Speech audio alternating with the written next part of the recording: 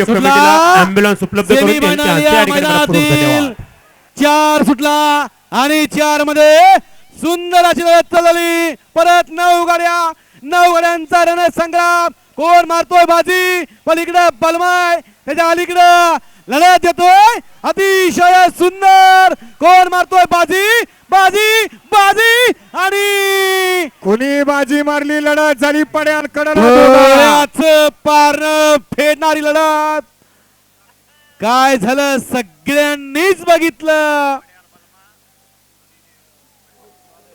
पलीकडे होता पालेकरांचा बादल आणि राजधानी एक्सप्रेस बलमा. त्याच्या अलीकडे होता येरळा परिवाराचे संपादक.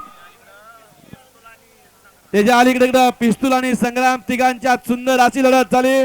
आता बाजी मारली, कोणी निकाल गेला. रणजित याला म्हणायचं काटे की टक्कर, ठकास ठक लढत याला म्हणायची लढत.